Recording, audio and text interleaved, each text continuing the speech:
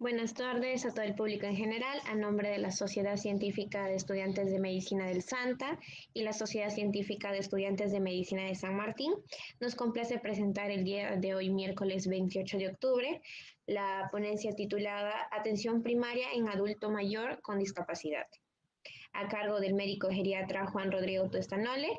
Esperamos que la ponencia sea de su agrado y si es que tuvieran algunas preguntas las pueden ir dejando en el chat de YouTube para luego responderlas al final de la ponencia. No se olviden que el modo de evaluar va a ser el post-test o la retroalimentación al final de la ponencia para poder obtener la certificación. Sin más preámbulos, doctor, le voy a dar pase para que pueda iniciar la ponencia. Hola, muy buenas tardes. Gracias por la invitación nuevamente a esta charla y espero que sea de suma importancia, y que lo tome importancia este tema porque tenemos gran cantidad de pacientes con discapacidad en la población en general. Bueno, creo que ya damos inicio a la charla. ¿Sí? Sí, doctor, así es. Ok, ya, empezamos. En esta ocasión vamos a hablar sobre la atención del paciente geriátrico con discapacidad. Ya saben, soy Juan Rodrigo Tuestanole, médico geriatra especialista en el adulto mayor y actualmente laborando en el Hospital 22 Tarapoto. Como ustedes pueden ver, aquí vemos una imagen, un jeroglífico de los egipcios, donde van a ver una persona que está con discapacidad del movimiento y vamos a ver que está con imposibilidad de movilizar la pierna. Después vamos a ver en una de las crónicas también peruana, también acá reflejamos un dibujo de un paciente que está mutilado de la pierna. Y vamos a ver que también están representados cada uno de las discapacidades. Bueno, ya no existe discapacidad, ya no existe minusvalías, sino la discapacidad que van a ver en los pies, en los ojos y en la mano, como ustedes pueden ver en las flechitas señalando cada uno de estos defectos. Vamos a ver que conforme va aumentando el envejecimiento, esto se va a deber a dos cosas: a disminución de la fecundidad, no va a haber muchos nacimientos, y vamos a ver que la esperanza de vida va a estar cada vez más amplia. Por eso va a haber gente más anciana. Y esto va a modificar nuestra pirámide poblacional, ensanchándose cada vez más ya en la punta que la representa los adultos mayores. Vamos a ver que el sector salud va a proponer ¿qué cosas? Modificar y adoptar buenos estilos de vida, ya sea en el ámbito social, ya sea en el ámbito cultural y en la salud propia de cada persona. ¿Para qué? Para tener una buena calidad de vida. Si tenemos una vida saludable, vamos a tener una calidad de vida adecuada. ¿Y qué es la discapacidad? Una pregunta muy importante que tenemos que hacernos. Según la OMS, que es la Organización Mundial de la Salud, nos dice que es cualquier restricción o pérdida producto de un déficit ¿de qué? De la habilidad de desarrollar una actividad. Eso es discapacidad. Vamos a ver que en Perú, en el 2012, se creó una ley, la ley número 29973, la cual da la Ley General de la Persona con Discapacidad. Ahí vamos a ver que tiene todos sus derechos estas personas con discapacidad. Además, el Ministerio de Salud creó una norma técnica de salud, la número 127, en el año 2016, lo cual nos indica qué cosas tiene que hacerse o al manejar a un paciente con discapacidad. Discapacidad, por ejemplo, si una persona está amputada un miembro inferior izquierdo, ¿eso qué va a ocasionar? Dificultad para la marcha.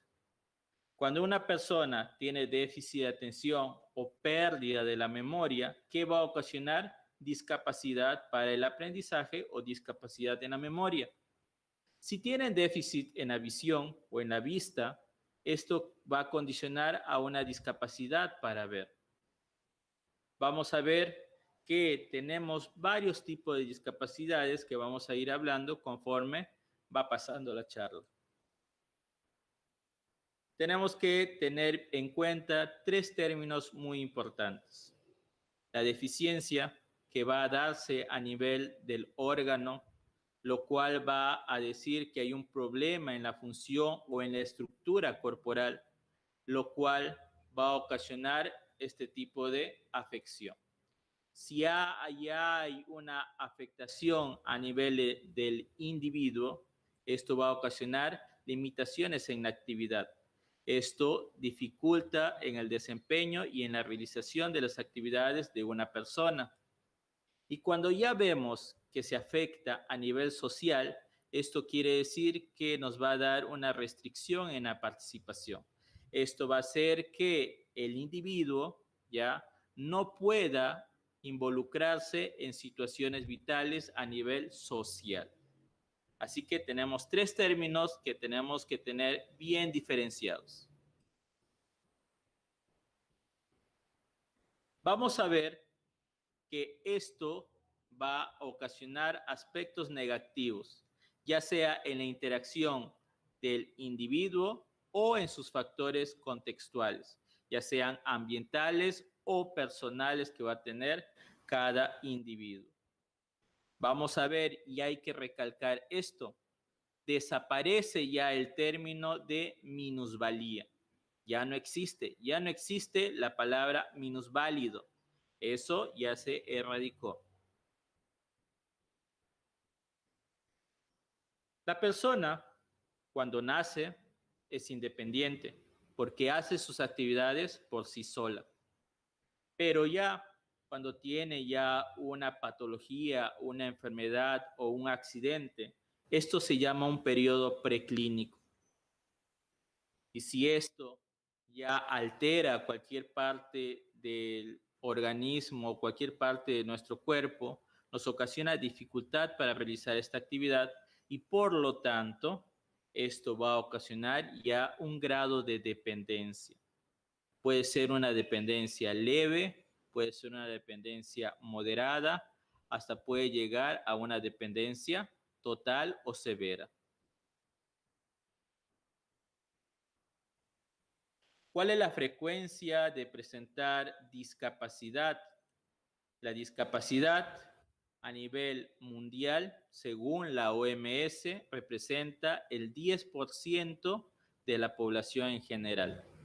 Pero esto va a incrementar conforme pase la edad y conforme tenga una enfermedad el paciente adulto mayor. Y esto puede desencadenar aumento de la discapacidad entre un 64 a 68%.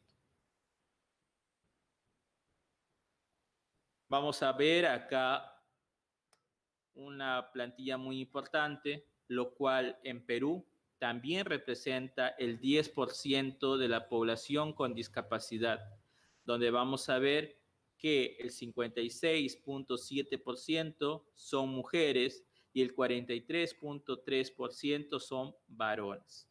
Esto según el censo de 2017. ¿Dónde hay mayor grupo etario con discapacidad? Adultos mayores. ¿Cuánto representa esto? Un 59.4%.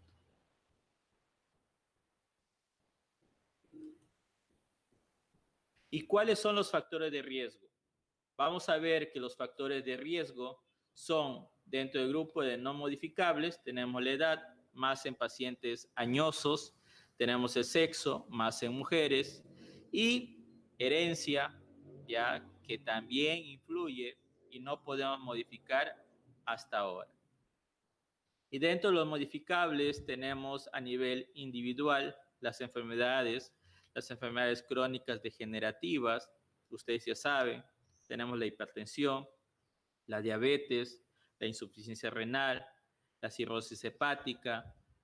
Después tenemos el accidente cerebrovascular, entre otras patologías como artritis reumatoide, gota y otras patologías que ustedes conocen muy bien. También vamos a ver alteraciones funcionales. Si es que esto tiene una terapia en forma precoz, esto puede disminuir y hasta puede tratarse totalmente esta alteración funcional.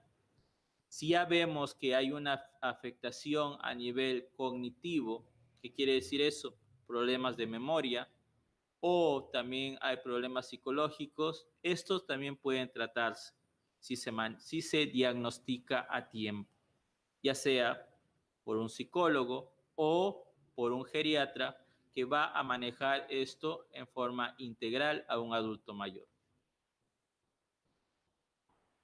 Y en el entorno vamos a ver que también puede modificarse si es que tiene un buen soporte social, si tiene buenos servicios de salud que están ahí estimulando al paciente con discapacidad para que realice su rehabilitación en forma pronta, ya es muy bueno para el paciente y mayor recuperación.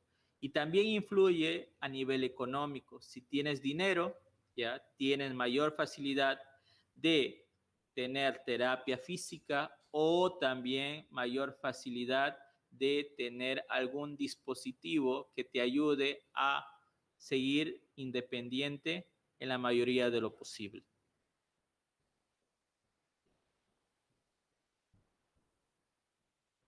¿Y cuáles son la lista de deficiencias que pueden ocasionar discapacidad? Vamos a ver. Deformidades anatómicas o alguna amputación. Osteoporosis también ocasiona discapacidad porque el paciente puede fracturarse la cadera, más que todo en adultos mayores, y esto sí ocasiona discapacidad.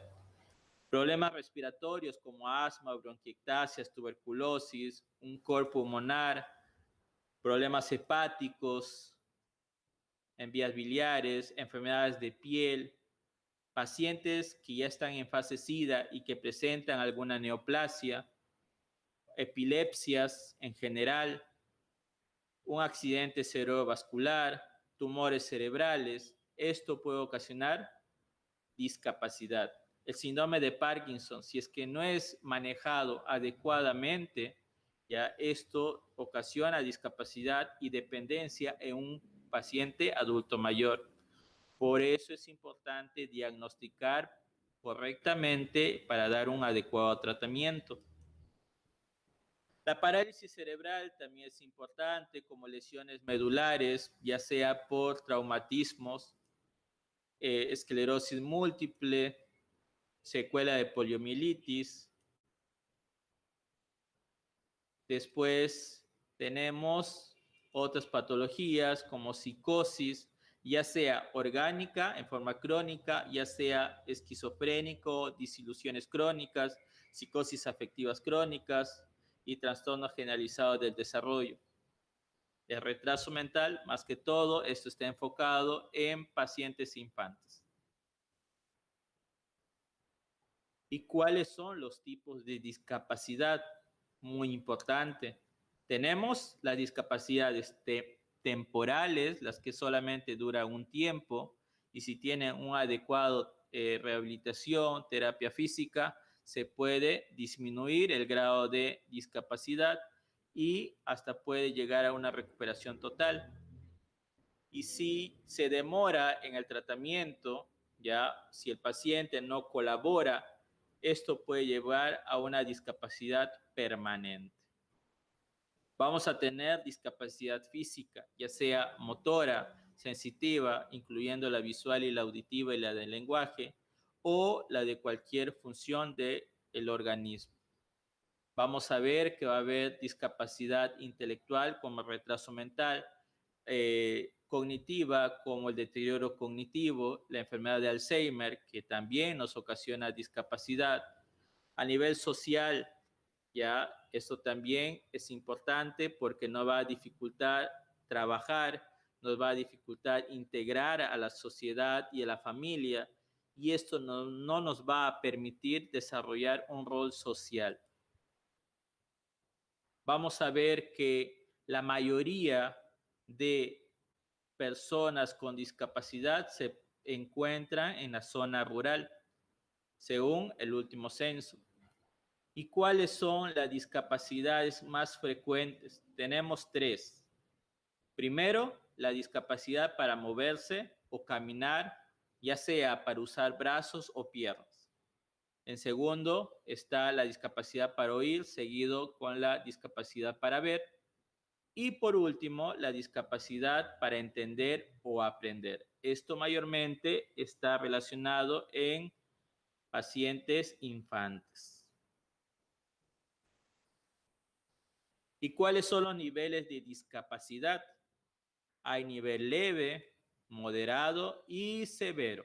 Esto ya se ve de acuerdo a la evaluación que se va a realizar a estos tipos de pacientes. ¿Cuáles son las consecuencias de tener discapacidad?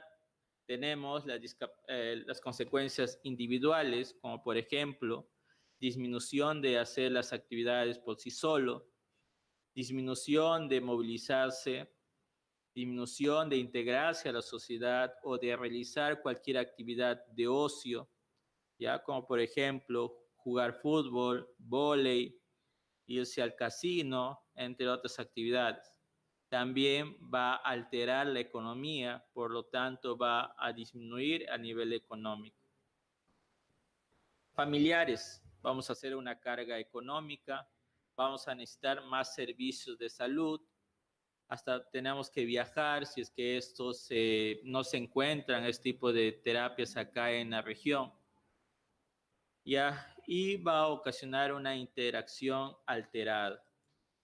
A nivel social, va a aumentar la demanda de los servicios de la salud, va a haber una gran pérdida de productividad, ya no va a haber ingresos y también va a haber problemas de integración social, como ya les hablé anteriormente. ¿Qué más puede ocasionar estas consecuencias? Puede ocasionar hospitalizaciones frecuentes, institucionalización, o sea, que dejen a los pacientes en residencias geriátricas o en asilos.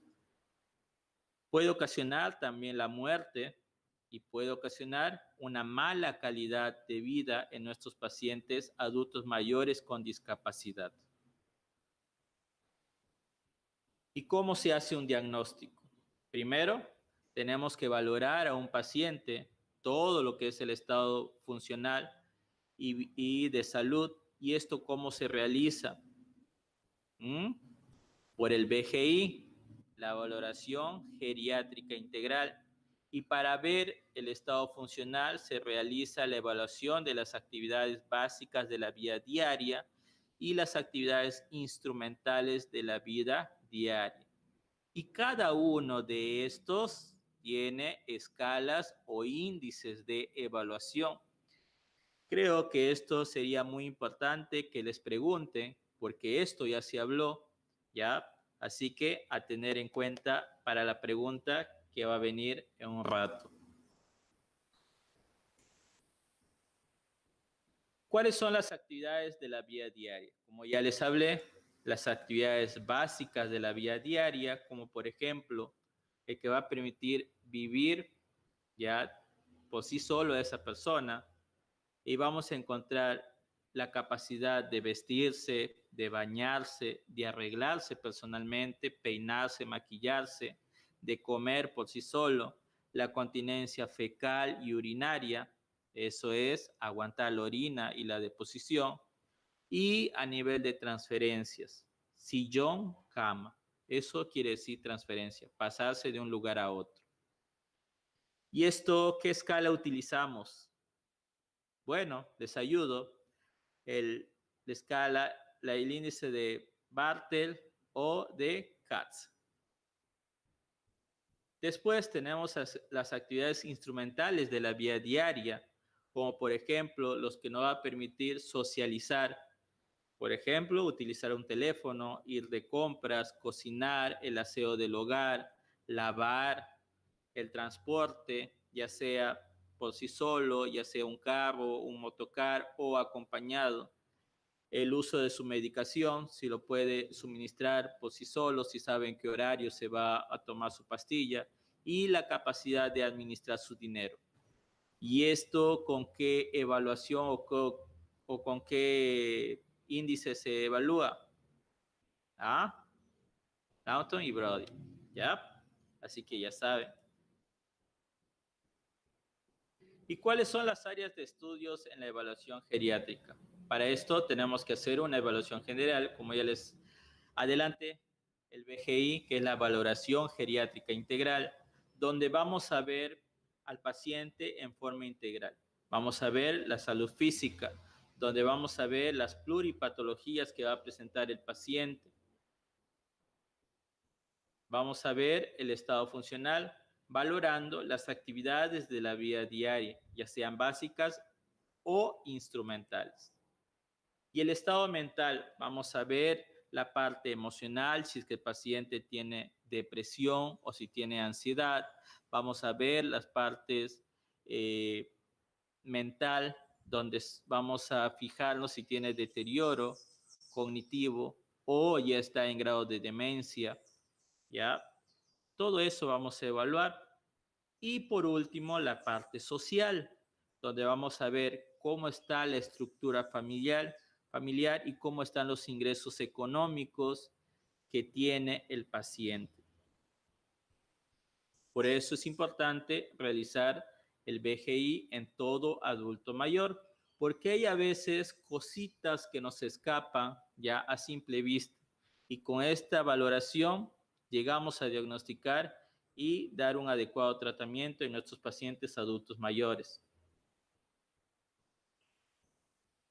Vamos a ver que hay una clasificación ya que es el CIT-M, donde clasifica la deficiencia, discapacidad y minusvalía.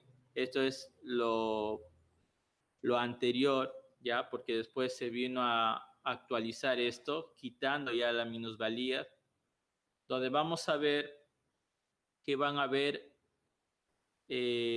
clasificaciones de discapacidad, por ejemplo, la conducta, donde vamos a ver las actividades de la vida diaria y la interacción entre otros, la comunicación, ya sea para generar, emitir mensajes, recibir o comprender los mensajes.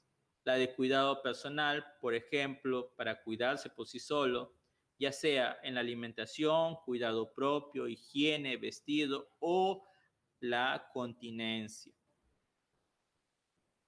La locomoción, la que vamos a evaluar, las que pueden realizar actividades asociadas de un movimiento de un lugar a otro o con un objeto. La disposición corporal para ver qué partes del cuerpo pueden movilizar para realizar determinadas actividades. La destreza para realizar movimientos corporales. Más que todo se evalúa lo que son las habilidades manipulativas, ¿ya? Y cómo puede controlar esto. La de situación para ver el grado de dependencia que tienen estas personas, ¿ya? Esto es importante.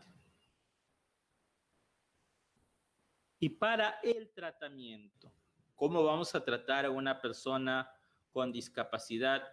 Primero, tenemos que establecer objetivos terapéuticos. ¿Qué vamos a hacer? Rehabilitar o ya tratar la enfermedad hasta que llegue a mejorar un 50 o 100%. Esos objetivos tenemos que valorar en nuestra evaluación. Tenemos que ver conforme pasa el tiempo qué resultados hay, si es que está avanzando o se ha estancado el paciente. Después tenemos que valorar la evolución, como ya les dije. ¿Y cuál es el equipo de salud que vamos a manejar la discapacidad? Vamos a ser, primero, los médicos especialistas en medicina física y rehabilitación. Ellos van a encabezar este equipo. Después vienen los de otras especialidades. Si tiene un problema neurológico, el que le va a ver es el neurólogo.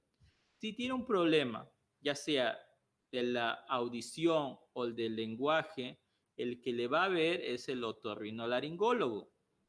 Si tiene problemas para la visión, el que le va a ver es el oftalmólogo. Ya sean las edades que tengan estas patologías o estas discapacidades, si es menor de 60 años, lo va a ver medicina interna. Si es mayor de 60 años, lo va a ver ya geriatría, si es que hay en ese hospital. Después, también parte importante son los terapeutas o ya los que realizan a nivel físico, ocupacional y los que realizan terapia de lenguaje. ¿Ya? Los licenciados en rehabilitación son muy importantes en estos casos. Después tenemos los técnicos ortesistas, el que nos va a indicar cómo tiene que manejar ya las órtesis que vamos a ver más adelante. Ya el psicólogo es muy importante porque tener una discapacidad y superarlo no es fácil. Necesita siempre de apoyo psicológico. Siempre el trabajador social tiene que ir acá para ver qué más necesita este paciente, si necesita dinero, si necesita donación de algo, necesita verse un trabajador social proactivo. Y también necesitamos en el equipo a los nutricionistas, porque si vamos a dar tratamiento, rehabilitación a un paciente desnutrido que está con sarcopenia, ya no va a ayudar en nada si no tiene un buen soporte nutricional. Dentro de la prevención, vamos a tratar de evitar las caídas, vamos a evitar que el paciente esté mucho tiempo echado y esto puede ocasionar escaras, puede ocasionar anquilosamientos. Tenemos que prevenir la capsulitis adhesiva del hombro. Esto pasa cuando no se movilizan los miembros superiores. Hay que prevenir las amputaciones, es muy importante.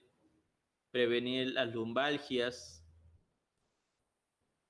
¿Y cuáles son las estrategias? Son 3 estrategias que tenemos que tener bien claras.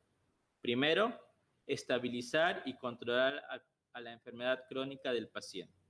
Esto se va a lograr con manejo farmacológico ya a tiempo, sin dejar de tomar sus pastillas. Si es un paciente crónico, hipertenso, diabético, el tratamiento es de por vida. Eso hay que explicar al paciente. No que se me terminó la pastilla que me dieron por un mes y ya me curé, no. O ya me siento bien y dejo de tomar las pastillas, no. ¿Por qué se siente bien? Porque está con tratamiento. Eso siempre hay que explicar para tener buena adherencia al tratamiento. Si no, no vamos a tener adherencia a esto. Y siempre hay que decir los efectos adversos que puede presentar el paciente. Si es que son intolerables, tenemos que cambiar de medicación. Siempre implementar una dieta adecuada. Tiene que ser saludable y balanceada. Siempre con frutas, verduras frescas, siempre sus proteínas y sus carbohidratos. Siempre balanceado. Si es que el paciente necesita terapia de rehabilitación, tenemos que lograrlo. Y si necesita realizar actividad física, hay que hacerlo, motivarlo, ¿ya? No dejarlo ahí en cama o que esté en el sillón ahí sin hacer nada. Siempre tenemos que motivarlos. Segundo ítem, promover y capacitar al paciente sobre su autocuidado. Aquí ya vamos a ver que el paciente tiene que ser responsable y participativo con él mismo. Después, reintegrar al paciente a la sociedad, donde vamos a ver que ya tiene que haber la integración con la familia para ver sus potenciales del paciente y sus limitaciones. Hacer un plan familiar donde tiene que ver el bienestar de la familia. Después, hacerse sentir que son útiles, ya, aunque sea mandarles a desgranar, no sé, legumbres, otras cosas, ya, para que se sientan parte de la familia y no se nos deteriore la actividad motriz. Y si tenemos un taller o un club del adulto mayor, integrarlos después de esta pandemia, porque ahorita creo que ya no están funcionando, para que puedan realizar tareas ocupacionales. Esto hace manejar lo que son las manos y el cerebro.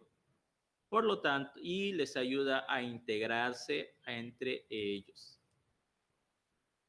¿Y cuáles son las ayudas? Esto creo que es la última parte de la charla, la antepenúltima, porque ya tenemos una última, vamos a hablar los niveles de atención de un adulto mayor. Las ayudas son ortéresis y las prótesis. Vamos a tener que aquí dentro de esto utilizar las férulas o las plantillas o cualquier otra prótesis que necesite el paciente. Si tiene amputación de manos o pierna, necesita una prótesis para poder realizar sus actividades. Pero siempre valorando si es que el paciente ya lo amerita. ¿Cuáles son los asistentes para la marcha? Todo esto va a depender de acuerdo a las necesidades que tenga el paciente, de acuerdo a sus potenciales o de acuerdo a sus limitaciones. Pueden utilizar la andadera de ruedas o que tenga ruedas anteriores, la que tenga bastón de 4 puntos o la que tiene un solo punto. Ya, todo eso depende de grado de movilización que tenga el paciente, ya, para poder indicar esto. Las ayudas técnicas, las pinzas, sujetadores, mangos y palancas, que son importantes para realizar sus actividades de la vida diaria. Acá tenemos, por último, un fluxograma de atención del adulto mayor, pero vamos a enfocarnos de acuerdo al grado de incapacidad.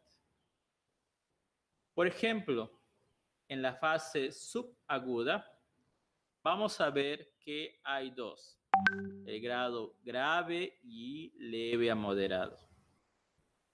Después, en la fase crónica, leve a moderado, moderado grave y la de remisión que está al último para el manejo. Seguimos. ¿Qué es lo que queremos en la fase subaguda? La recuperación funcional. ¿Qué es lo que queremos en la fase crónica o en la fase residual? En leve moderada necesitamos recuperación funcional y mantener un soporte. En grave y moderada necesitamos atención sanitaria y mantener el soporte también.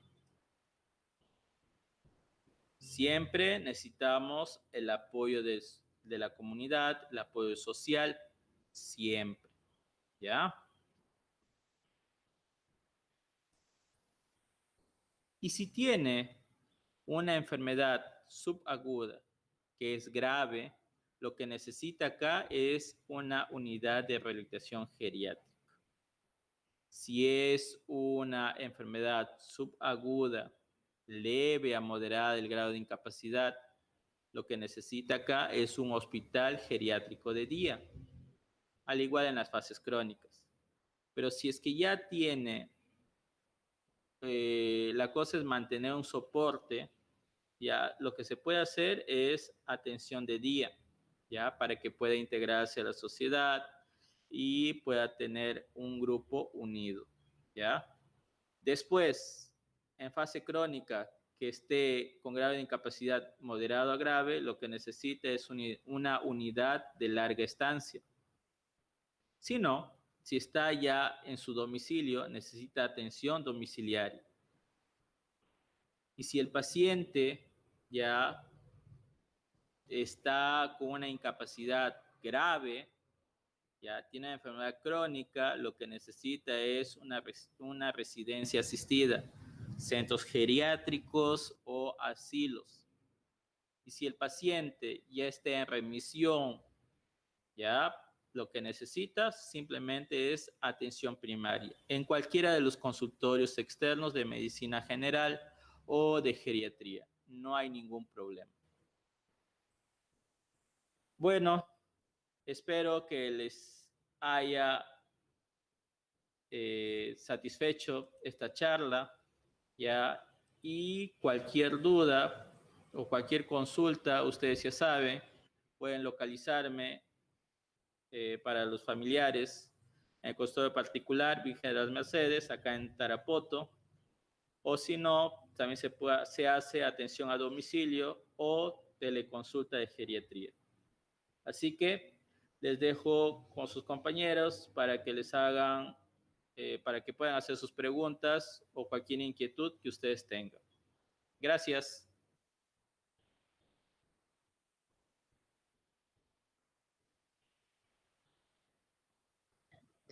Doctor, muy buenas tardes. Sí, excelente ponencia, la verdad. Vamos a dar unos 5 minutos para ver si ¿Ya? los chicos tienen alguna duda y si la ponen en el chat para poder realizarla con usted. Ok, gracias. Ya, doctor. Vamos a esperar unos minutos. Chicos, por favor, si es que tuvieran alguna duda, lo pueden ir dejando en el chat de YouTube.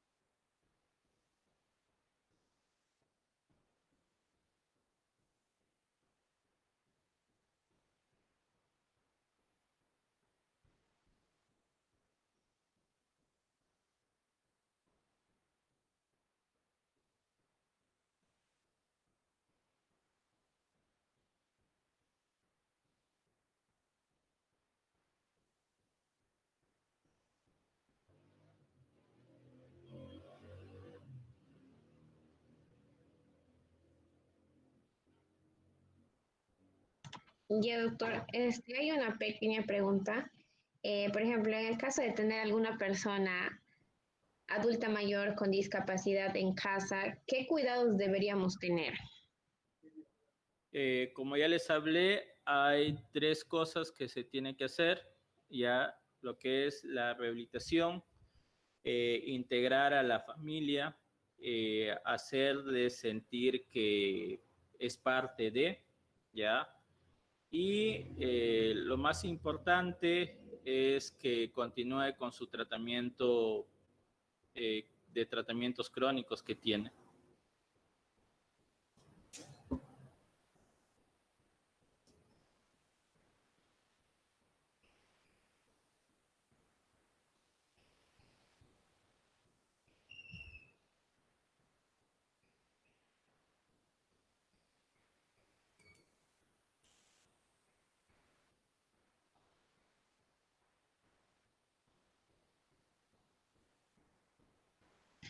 Correcto, doctor. Vamos a esperar unos minutos más a ver si hay alguien más en el chat que tiene alguna duda sobre el tema, sino para dar por concluido la ponencia, ¿no? Vamos a dar unos minutitos más a ver si llegan más preguntas. Ok.